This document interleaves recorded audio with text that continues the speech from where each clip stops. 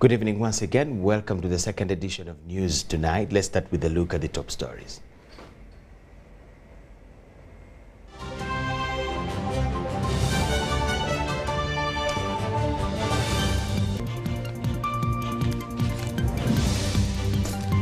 An over-speeding truck rams into border riders in Rubaga and kills 5.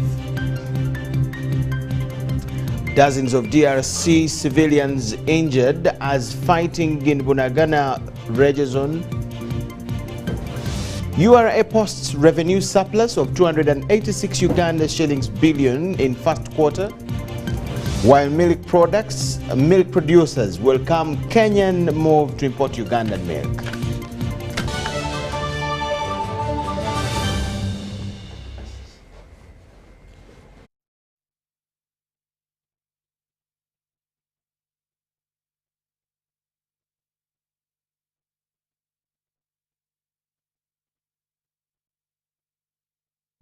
Thank you so much for joining in. My name is Michael Jordan Lukoma. Mohammed Mugalu is the man on sign language interpretation. President Museveni has met a delegation of the United Arab Emirates based on One Mobility Group at State House Entebbe.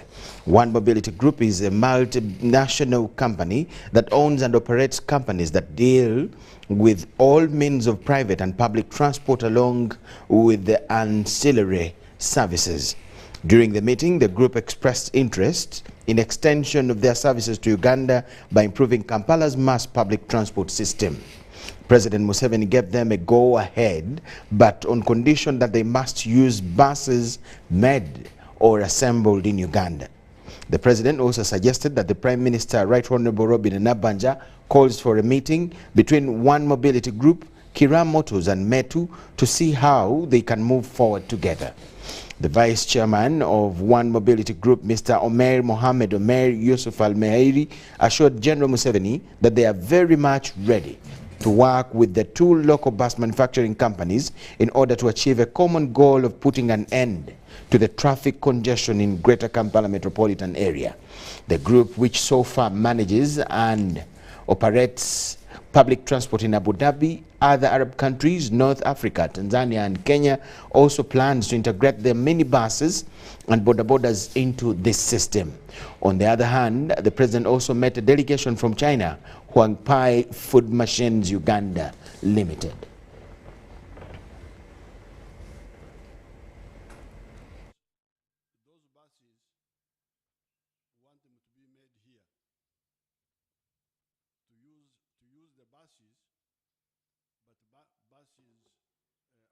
Either made or assembled here, using those people, the Metu, the one you met, and then...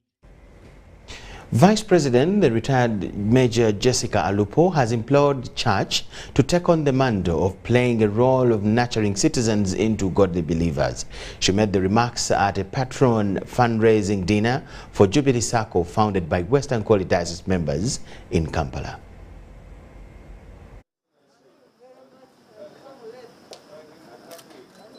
In the 1990s, the SACCOs were introduced through the Uganda Cooperative Alliance as a response to government's policy of scaling down on its participation in the cooperative movement. These SACCOs were formed to work as conduits for agricultural credit, and as a result, many were started to access that money. 7 years later, Jubilee Sacco was initiated in the West Kwale Diocese. The Sacco is said to have started with an agenda of individual economic transformation through increasing savings among community members. Jubilee Sacco has registered great success despite the stampede moments throughout COVID-19 pandemic. Share capital is 2.4 billion and the assets value 11.2 billion. That is of Gigabwa Sacco. So Jubilee Sacco is the business arm of the church, Western Kwale Diocese, intended to help communities access affordable credit. While presiding over the fundraising event for Jubilee Sacco West Kwale Diocese at a patronage dinner under the theme Boosting the Sacco's Equity, the Vice President of Uganda, retired Major Jessica Alupo, appreciated the church's efforts towards developing communities. I bring you warm greetings from His Excellency the President of Uganda, General Museveni, government we value you and we do not want to underestimate your effort in the transformation agenda of our country. Because on top of education institutions, you also know that some very serious and health institutions were established first by religious institutions. Alupo also lauded Jubilee Sacco as an initiative that shares common goals with the government's recent Project Parish Development Model to uplift the livelihoods of ordinary Ugandans, promising to deliver the initiative's request for a cut to the president. And that's why Parish Development Model, one of the flagship programs of government, is now being implemented across the country to raise the people who would otherwise have not been able to have real cash. In his speech, the Bishop Western Kwale Diocese Right Reverend Johnson Trinomujuni called for government's full support in empowering church circles. Money, ordinarily, is power. And like strength, when you have less power, you do less. When you have more power, you do more. I urge us, let us support this Jubilee Sacco. The fundraising dinner was attended by a team of the clergy from Kampala and Western Kwale, current and former legislators, friends and families, among others. Our people, the main purpose of government now is try to help improve household incomes, and one of the key drivers is capital. It's important that dioceses work with government to alleviate the suffering, human suffering. At the end of the meet and greet dinner, over 450 million shillings was raised in cash and pledges. Ivan Juko, Kenneth Tanaba for UBC News. On a sad note, 5 people this Thursday morning died in a road accident after a truck rammed into border riders at Kabusu roundabout, Raga Division in Kampala. The 8:30 a.m. road crash claimed the lives of 3 border riders, Jared Samata, Semei Ndondo, and other only identified as Semfumi. Musawe no yenyini moloka ekonye boda 5 nga kigambibwa ebadde eva wagulu ku chachi wali Rubaga emaze kuona wera ba boda kati wane ebadde dereva ali mu kudduka ate jasangidde bano nga bali mu roundabout nga takyalina kyakola n'esabala boda 5 mukyalo mwafiiridewo omuvuzi wa boda wa safe boda afiiridewo evudde lyengulu ku side eno kutabani wodo ngekirira oberi emulemeredde naye abadde ku speed nnyo nekuba abantu 6 kati omu ye agenda okulamuna kutusa amagulu naye nga naye abadde bubi nnyo najja nga dduka ayagala akole ki aleke bali wano eganyidde wano okusiba n'abakuba wano badde abantu nga 10 kale. Florence Nansubuganda, another passenger who is yet to be identified, also died in the crash. The bodies of the deceased were conveyed to the city mortuary for post-mortem examination. All the injured victims were rushed to Malaria Referral Hospital. Nampima attributed the cause of the accident to the Isuzu ELF truck whose driver, one Jared Sembatia, lost control while speeding from Rubaga Road before it rammed into 5 motorcycles and a bicycle. Ziwu nguteka kuwa motoka aze speed eze motoka tezisibirawo aze speed eno Jackson lulirwa ambuka no lukiya no luyitamu abadde alina kujja mpola sigaze mpola ya accident ebadde tegenda kubeerawo asa abantu bangi abasazi bafudde ne baboda bafudde ewabye najja nayingira abantu abadde batambula n'abali mu motoka n'akabodaboda. The Rubaga accident happened just hours after another truck on Wednesday night crashed into a Oja swamp along Soroti-Mbali Highway, about 300 kilometers east of Kampala, killing 5 and injuring 7 others. I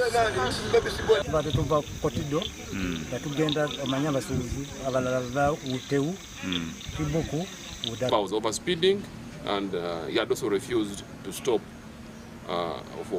because we have officers on the road who are normally doing their normal traffic duties, which are not actually checkpoints.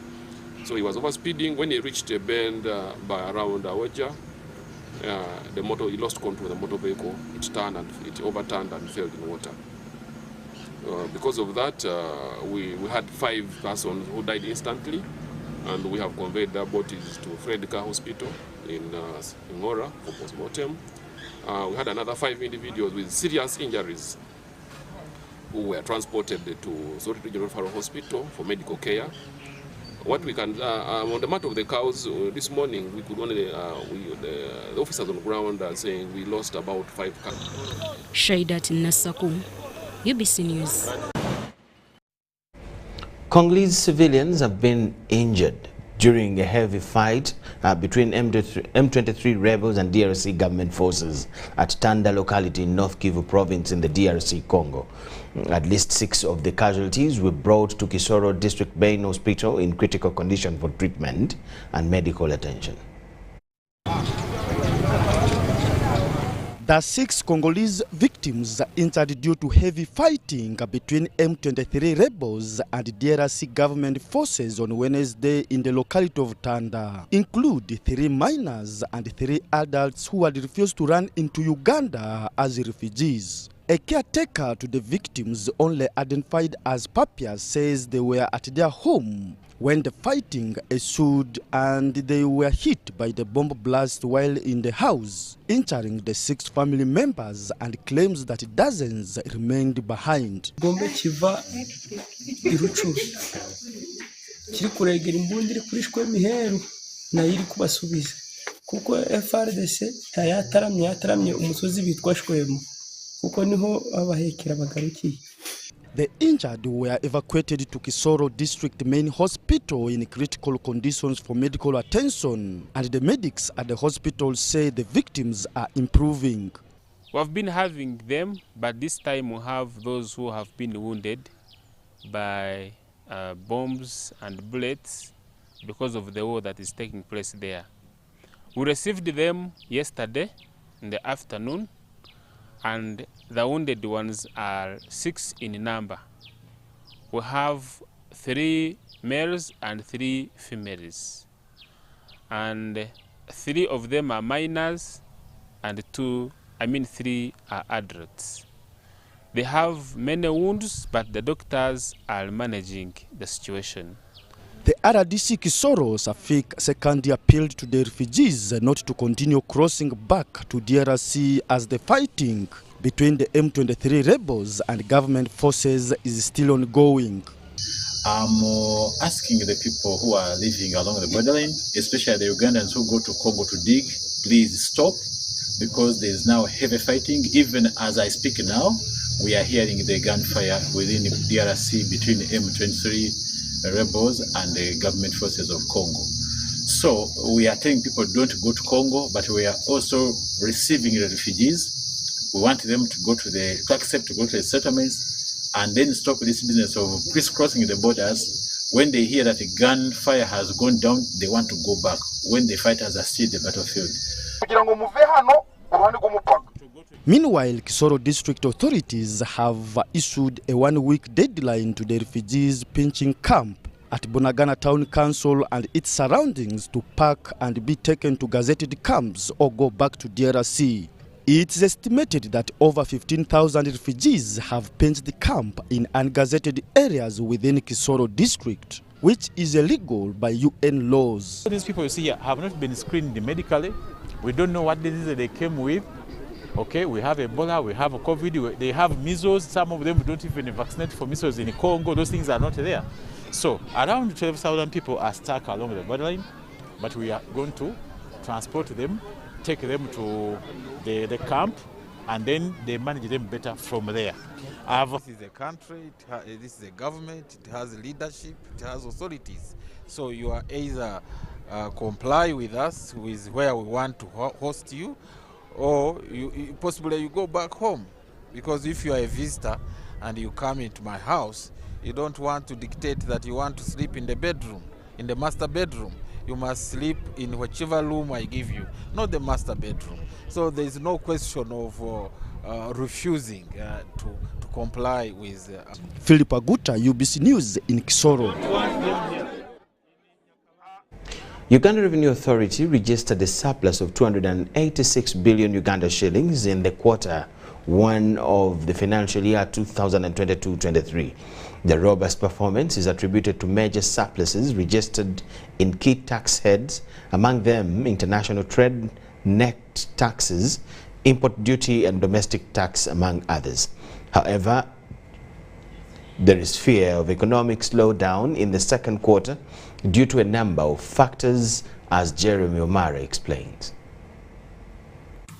Flanked by the board members, David Musinguzi, the Uganda Revenue Authority Commissioner General, went through a detailed document containing the facts and figures of the first quarter performance. From July to September, net revenue collections were 5,418,060 million. This was against a target of 5,132,017 million, resulting into 286.44 billion surplus.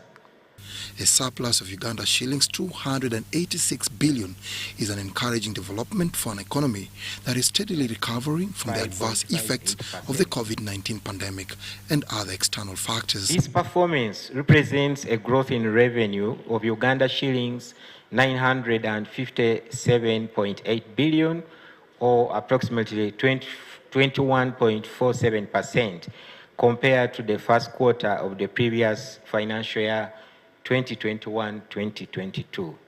These collections also accounted for 21.54% of the annual target.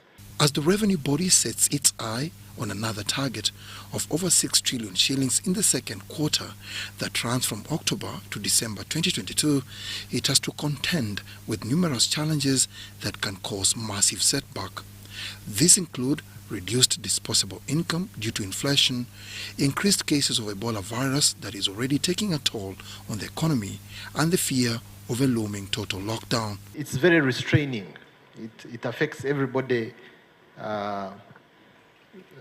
not very positively. We have to do it for survival. And if there is one person praying alongside the businesses that there will be no lockdown, it is us, the tax collectors. Because once there is a lockdown, even the tax collection effort is hampered. With the current trend of costs, for example, fuel is going up, food prices are going up because the cod palm oil was imported, we all know that now. Because of those costs increasing, there is also an element of imported inflation into our cost structure of an MSME. So by the time you pay 4 or 5 employees coming into work for their salaries, an MSME will pay for one and feel the pinch in 1 week. While mobilizing Uganda shillings 25.5 trillion is an uphill task, the revenue body is confident that the goal is attainable. Dennis Ikoa and Jerome Omara for UBC News. It's good news welcomed by producers of milk and dairy products in Uganda as Kenya moves to import Ugandan milk into their market. This follows a commitment made by Kenya's President William Ruto, adding value to locally made milk in Kenya and importing cheaply made milk from Uganda for their consumption. Less than 2 weeks ago, recently elected and sworn in Kenyan President William Samoei Ruto made this pronouncement. We should have made more steps and allow Uganda to come and occupy the next place as we move ahead. Are we together, good people? This commitment coming after months and years of pull and push controversies surrounding access of Uganda's milk to the Kenyan market. With Kenya's quest to add value to her own milk for commercial purposes, Ugandan milk is being settled on for consumption. We should be adding value, producing butter, using it to produce powder, and go and sell it in DRC, go and sell it in Central Africa, go and sell it in West Africa. And then we get the cheaper milk from Uganda and we drink. This has been welcomed by some milk producers in Uganda. Uganda is a low-cost producer, and therefore the market of Kenya, we are still so low in terms of supply. There is more Uganda can produce. Outbreak, a Ugandan entrepreneur and himself a milk producer, says this calls for both quality and quantity production. Very sweet. So that instead of large quantity, long life shelf milk, we also deal with powder, we deal with cheeses, we deal with yogurts, we deal with casein. These are products that can expand the capabilities of our farmers, satisfy the regional market. As for addressing the challenge of non-tariff barriers in the East African region, both traders and politicians agree that it is time the protocol is implemented. It's exciting when we have political leaders and technical officials in East Africa remove non-tariff trade barriers and speak about consumption within the region. The moment harmonization and approximation of these laws has been done, there should be free movement of people, free movement of goods as provided for in these treaties. According to records from Dairy Development Authority, Uganda's revenue from export of dairy products rose from 480 billion shillings in 2018 to 750 billion in 2020. And by December 2021, Uganda was producing 2.81 billion liters of milk annually. A reason why Kenya's move to have it imported makes it timely. Henry Okurut, UBC.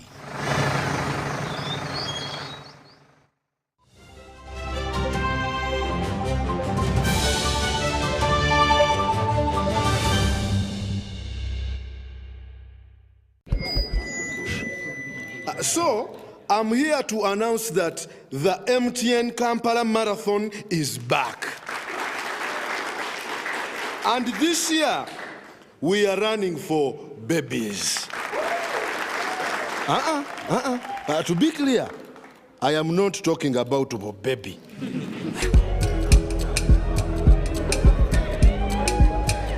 No. And neither am I talking about to be baby.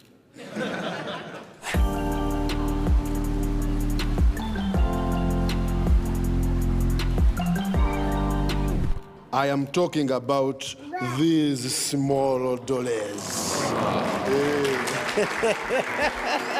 Run for babies in the MTN Kampala Marathon on Sunday, 20th November 2022. Dial *165*77# or use the Momo app to register.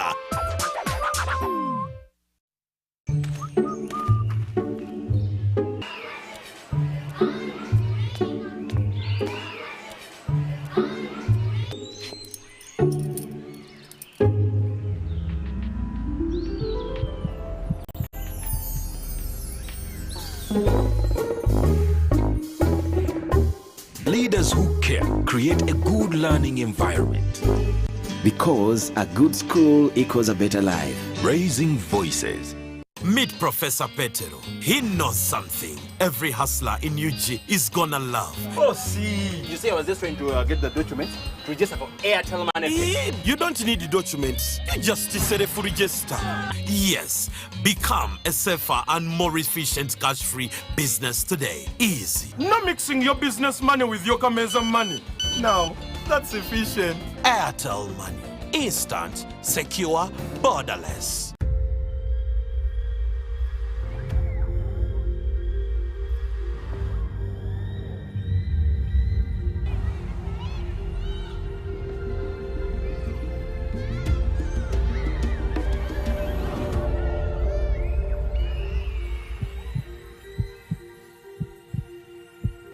It's better to foster respect instead of fear and pain. Cause a good school equals a better life. Raising voices.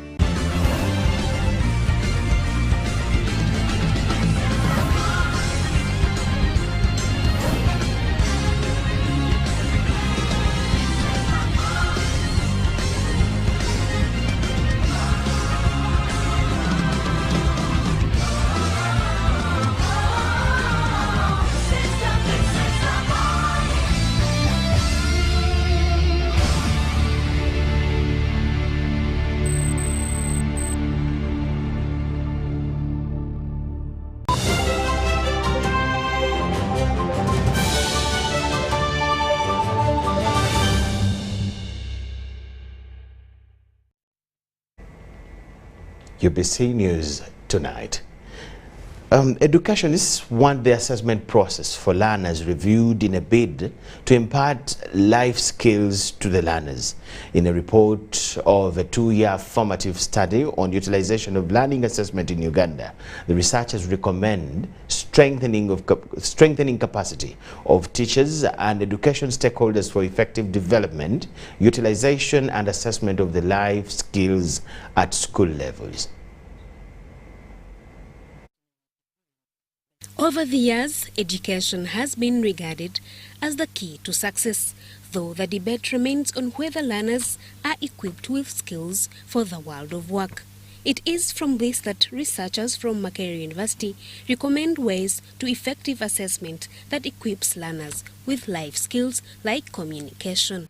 Really, there has been limited stakeholder engagement, especially when it comes to issues of policy. The call comes at a time when the Ministry of Education is undertaking a review of the education system, thus the need to redefine the purpose of assessment for learners. Their talents, we're not looking at their abilities. We have created a template. As long as you're in our system, these are the subjects. And the subjects that matter to this specific learner may not necessarily be in that frame. Therefore, a person is in a frame because we think this is important for you. We have not even assessed, okay, it is important, but are you able? According to the report findings, assessment is mostly associated with end-of-cycle examinations, and most of the teachers are not trained in assessing life skills. For example, when you talk about assessment, many of us run into the examination to think that assessments are only limited to an exam. And what we mean by an exam, again, many of us again rush to end-of-cycle examinations, which are high stake. As the education review process continues, to George Mutekanga, the Assistant Commissioner in charge of private schools, the end-of-cycle assessment should be decentralized. And then the national level. Now, when do you do the national? It depends on what they will advise. But now where everybody is looking at the national level, right from Katapui, Kabramaido, Kalenga, Kabong, you are doing the same paper with the child of Mr. Mutekanga, who has all the capacity and all the potential. Whereas some learning assessments include life skills, stakeholders are unable to realize their effect on improving learning outcomes. Miriam Nwumcha, UBC News. Homescholers Uganda group has proposed to government to come up with legislation in the education law that will help regulate this way of educating children in order to instill confidence into guardians who are interested in homeschooling. While presenting to the Education Policy Review Commission at Nakawa Business Park, the Director Homescholers Uganda Group, Godfrey Chaze, said that homeschooling can be a viable alternative approach to education in Uganda, especially during lockdowns as a result of pandemics. Statistics from research indicate that United States during 2021-2022 school year had 3.1 million homeschool children, and Uganda about 1,787 children being taught from 599 schools. This way of educating children helped a lot during the 2 COVID-19 lockdowns, and officials from Homeschoolers Uganda Group propose that the Education Policy Review Commission considers draft a law that recognizes homeschooling. Who are the people behind that kinds of teaching your labor force? Even in Uganda, in Africa, they were homeschooling before this Museveni state. There was homeschooling. We were very biggest when they were doing that. When you look at the Education Act, like we've already said, and the Constitution, the concept of homeschooling per se is not articulated. And as a result, much as we are doing it, it puts many families, sometimes they have questions in their minds. Parents teaching their children from home use different materials that include local and international curriculum. Chaz explains that he developed books that cover the national scope and sequence given by the National Curriculum Development Center. Use the national curriculum. They know at some point something may happen that your children have to be integrated back in the system. It should be seamless. It shouldn't be complicated. So that option is also there. But also there are those who follow the international route and they go for the international exams, which are also available. According to some members of the commission, there has been successful stories on an alternative curriculum, and there should be a provision in the law to cater for those innovators. I believe that with these platforms of the innovators, like Professor Kabasa is saying, that provision of the current laws should be able to cater for the innovators, but if NCDC has gone through that curricula, the new curricula that's being offered, then there is protection for the children in their homes. We then say that parents can come together, form a cooperative for education with their model, present before the Ugandan government, approve that curriculum, and then they become a provider for that particular segment where they are audited. Are you going to have a legislation that covers everybody in this world? Don't we accept that there are exceptions? Yes, we legislate exceptions. Because for me, I want choice is a primitive concept. An expert from Makere University, Namanya Naome, says the issue with basic education in public schools is the focus on passing exams. They change to be lawyers. All of a sudden they change to be teachers. So there is a relationship between the interests, the passion, as well as what? As well as the abilities. Homeschoolers Uganda group said that parents who teach children at home are degree holders but not professional teachers, an issue that requires investigation.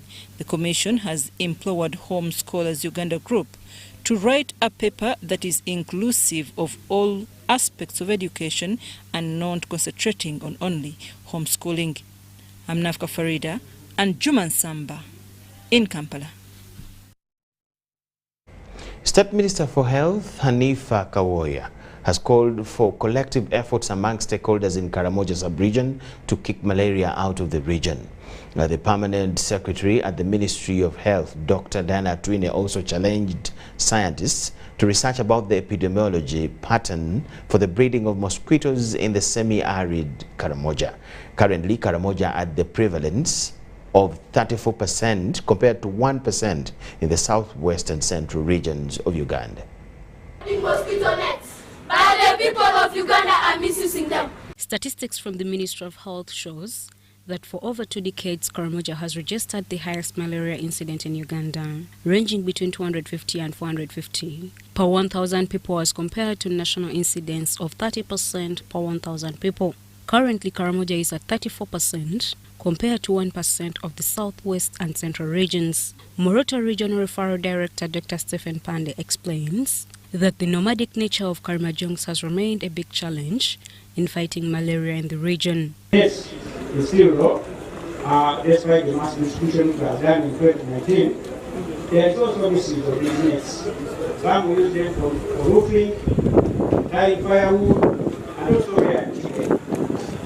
It's from this backdrop that Malaria Consortium, together with National Malaria Control Division, introduced seasonal malaria chemo prevention program in Karamoja sub-region 2021 in the 2 districts of Moroto and Kotido. Leaders explain how SMC has reduced malaria among children, and they want the program to be extended to Kobong district and adults. Seeing reduced caseload of malaria in the health facilities, there are few or no children in the hospitals and admission centers that are suffering from malaria. And where they are and are having fever, there is hardly malaria amongst those children. During the 2 years of implementation, SMS has reached over 95% of the children under 5 and 8 in 8 districts. The Permanent Secretary at the Ministry of Health, Dr. Diana Twine, challenged scientists to find a solution to eliminate malaria in the region. Breeding area. Why can't we do research and find out what is it what is the epidemiologic pattern of this that really continues to propagate mosquito production in absence of surface water, large surface water, and continue experiencing a lot of malaria in such a place. The State Minister for Health, Hanifa Kawoya, called for collective efforts to end malaria in the region.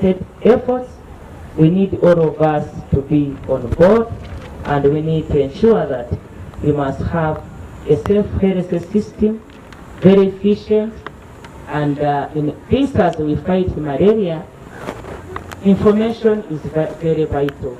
This was during the launch of seasonal malaria chemo prevention program in Karamoja sub-region. The minister is signing the placard as a sign of launching SMC, that is seasonal malaria chemo prevention.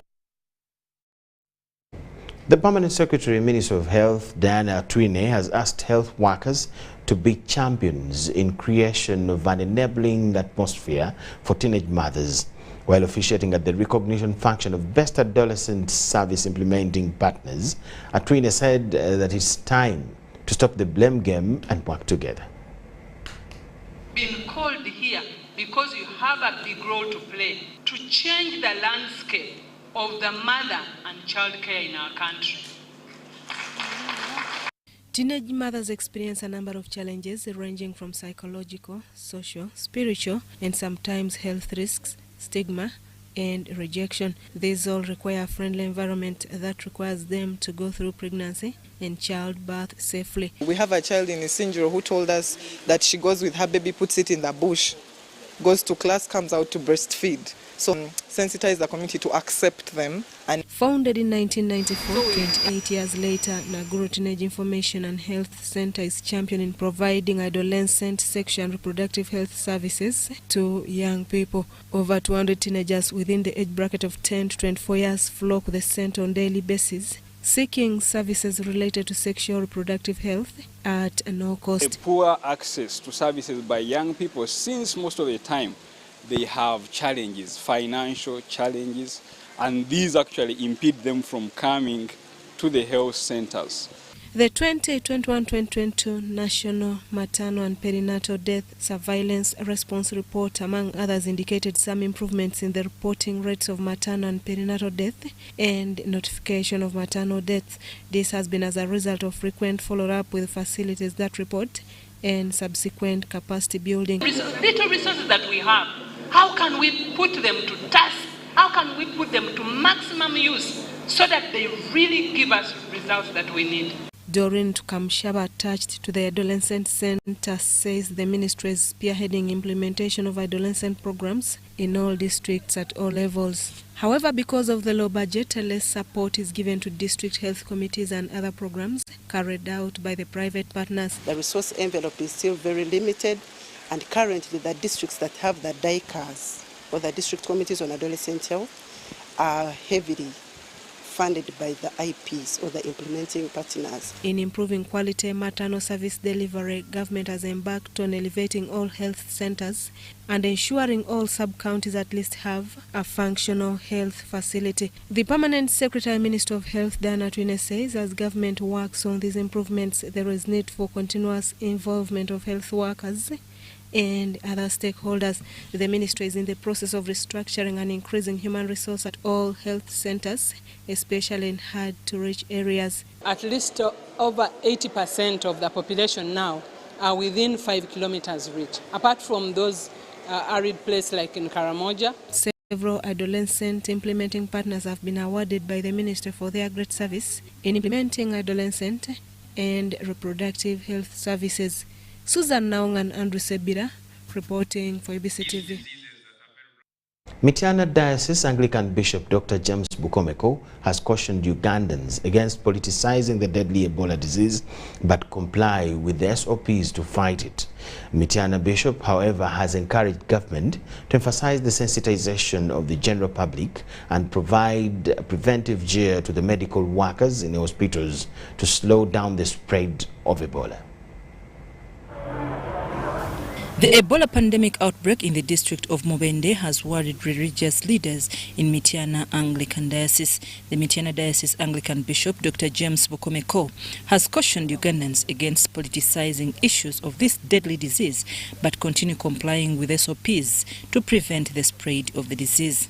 Bishop Bukomeko also encouraged government to continue sensitizing the population on this deadly disease, as was the case on the COVID-19. Many people politicized everything which came out, and people died. This time around, I hear people who say that it's because of money and many other things. But we must protect ourselves by putting in, rather observing all measures put in place. The bishop was presiding over the launch of the construction works of the 2 billion shillings Ebenezer Mityana Diocese building held at Namukozi, Mityana Municipality, attended by a cross-section of religious leaders. He advised Christians within and outside the diocese to contribute towards God's work to be completed in 1 year, and reaffirmed the Christians that despite the fact that the construction has started when part of the diocese is in the Ebola lockdown, is very sure will be completed.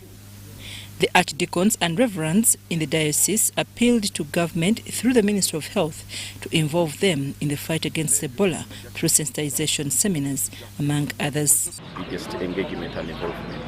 So I pray that the government doesn't remember church leaders when the war has intensified, but let them engage us right from the start of this war. Receive and work on these suspects without any fear. Secondly, it should encourage or should go more on sensitization, because the masses, some people are doubting. I'm Nafka Farida and Fred Kasbante. All students of Salaama School of the Blind and the Organization of Music for Life have donated assorted items to the school to aid them in their day-to-day life following an inferno that razed the girls' dormitory a few days ago. The cancellation of Princess Anne's engagement with Salaama School of the Blind has lowered the hopes of the proprietors' expectations. Last evening, we received information that the visit of the princess has been cancelled. She's in the country.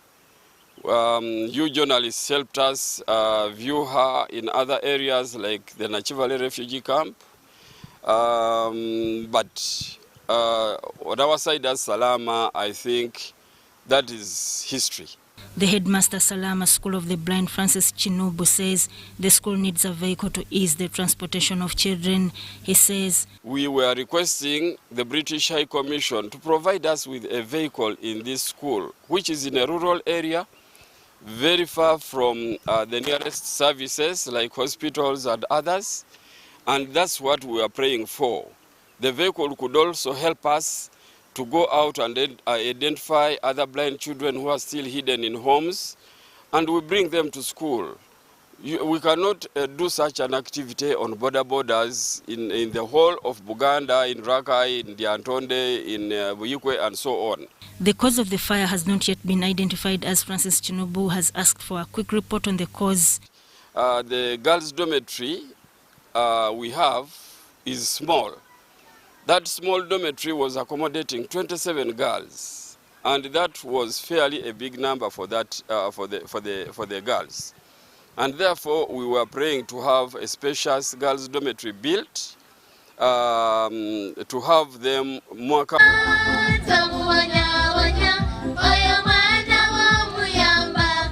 In a song sung, the children grieved as they remembered their fallen colleagues calling for equal love from people.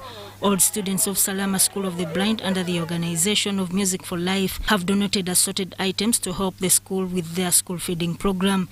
The school has closed for a week to allow parents to grieve with the affected families before resuming normal program, including primary 7 candidates writing their primary living examinations. Sudat Kaye, Abdul Nasir Ruwama, and Sharon Kamba.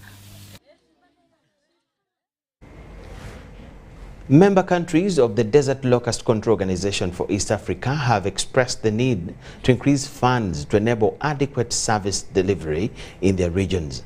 This was communicated during the opening up of the 67th Council of Ministers meeting for Desert Locust Control Organization for Eastern Africa that is held in Munyonyo. Industry and Fisheries is hosting the 67th session of the Council Ministries meeting of the Desert Locust Control Organization for East Africa, aimed at diversing means on how to ensure food security in East Africa by fighting locusts and other pests. And whenever we meet in the other sessions, we should also assess how the organization puts effort to collect the living AZIPA projections. This meeting is very important for the whole members and for all the region because no one can deny the great damage caused by locusts and birds and other migratory pests. Among the member countries are Uganda, Tanzania, Kenya, South Sudan, Ethiopia, Djibouti and Somalia. The Council of Ministries meeting was officiated by the State Minister for Agriculture and the Chairman Desert Locust Control Organization for East Africa, Chakulaga Freddy Bueno. The Secretariat needs to engage experts in a specified period and then go to the chair that we are going to elect so that they can discuss, the chair can consult the member state ministers online or on phone or in any way. During the meeting, stakeholders expressed the challenge of limited funds, which limits service delivery. The most important of which is the resources. The resources, I mean the capital resources and the contribution of the member countries. So, if this is our common agenda and a common interest, first, we should clearly know what this strategic plan will bring to our organization. The Food and Agriculture Organization of United Nations promised support. How we increase the agronomic practice understanding, how we increase the mechanization, the irrigation as well. All this to improve the productivity of the land, but to ensure that we have sufficient food for everyone. To support the government in the region to ensure that they are prepared. They have the capacity, operational and otherwise, to respond. And working with these different countries in this region, the Horn of Africa. The 67th session of the Council Ministers meeting of the Desert Locust Control Organization for East Africa came at a time when the organization is celebrating 60 years since its inception in integrating pest and vector management to ensure food security in East Africa. Members of Passion Focus Uganda Limited, based in Mbarara, demand that National Agriculture Advisory Services pay them arrears of 688 million shillings that they spent to supply passion fruit seedlings to farmers in the areas of Rubanda, Ruchiga and Ankole in between September 2017 and March 2018. While speaking to members of the press in Kampala, the director Passion Focus Uganda Limited, Nuamanya Isaac, said that farmers have a lot of unpaid debts and risk being dragged to prison over the same date. The National Agriculture Organization Services, however, disowns these farmers, saying they never gave any instructions to supply passion fruit seedlings to these farmers. We were instructed by NADS, Operation Wealth Creation, and Ministry of Agriculture to produce passion fruit seedlings, citrus, and mangoes so that they are supplied. We supply them to the farmers. We used to train and mobilize, and then they also pay us for the work done. But when we did so, the entities, that is Ministry of Agriculture, NADS, Operation Wealth Creation, came to our operation area, that is in Mbarara, Chianja.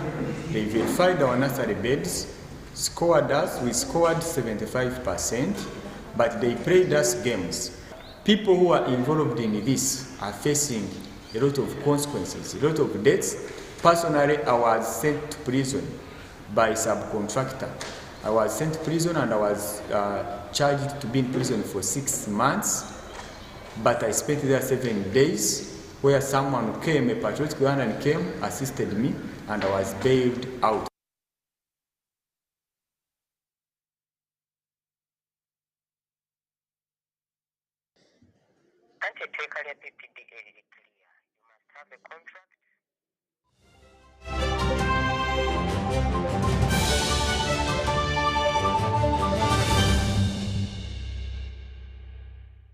MTN joins the people of Keralur to celebrate the 12th coronation anniversary of the King of Keralur, His Royal Majesty Ubim Philip Raoni III in October. At MTN, we believe that we only succeed if the communities in which we operate succeed. And so, we're happy to join the people and well-wishers of the people of Keralur in promoting social cultural programs of the Ubim. Walego Mugisa ni Ubimu ku Keralur. Welcome to Friends Stadium. Everybody's ready. Wait a second, not everybody. Come on, dude, it's the FIFA World Cup. You're going to lose your seat, the ritual seat, the lucky one. Losing more than a seat, your team is going to lose. Where are you, dude? The match is about to start. Your friends won't hold out much longer. Excuse me.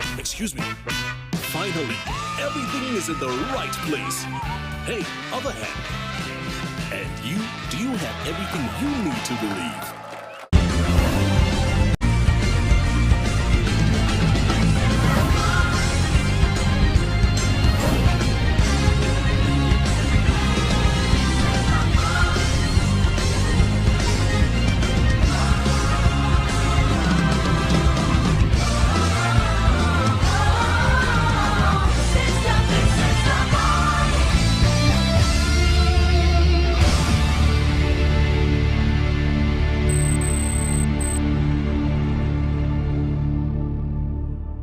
Welcome to the Living Room Stadium. It's the FIFA World Cup. The match is about to start. Food and drink ready. There's no space left for anyone. Come on, get your lucky chair. Take your usual spot. Even the puppy has one. It's preparation time. You can feel the tension in the air. And you do have everything you need to believe. Did you know that a cashless, secure, and convenient lifestyle is possible with Airtel Money Pay? Pay for your goods and services in the following simple steps. Dial *185 *9#.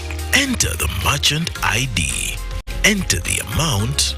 Enter payment reference, for example, school items. Please enter PIN to confirm. You will receive a confirmation message for a successful transaction. Airtel Money. Instant, secure, borderless.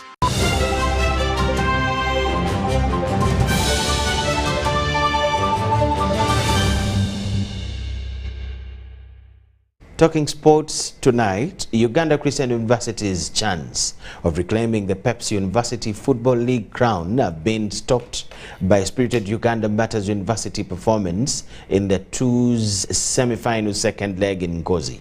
Visitors, Uganda Christian University, took a 1-0 first leg lead that was just cancelled out, and they lost the resulting post-match sport kicks.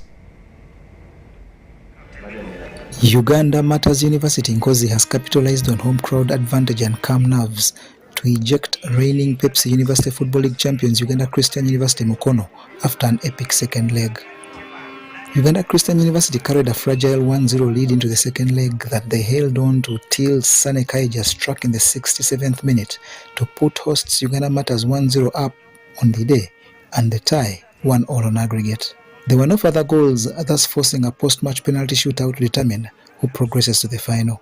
Tense doesn't describe the situation during the sport kicks, but to Uganda Matters the end, especially after Sane Kaija tucked the decisive penalty kick for a 5-4 victory, is all that mattered. For Uganda Christian University, it's a case of too near yet so far, but nonetheless will bank on lessons and experience ahead of the next edition. Okusamba ewaka tubeera na advantage nti ekisaawe tukimanyi bulungi we tutrainingira. Kituufu singa tubeera tetufunye bubonero bwe twagala tubeera tetukoze kimala ewaka.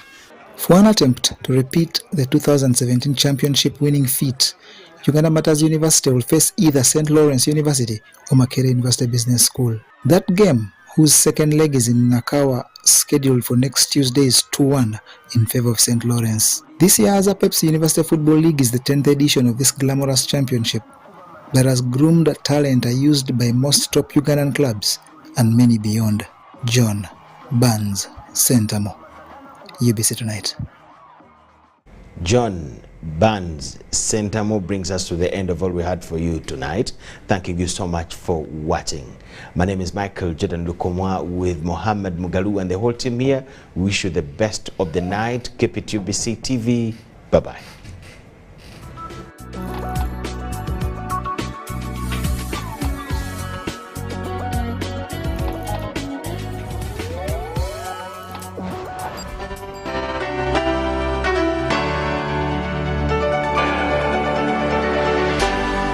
UBC, inspiring Uganda.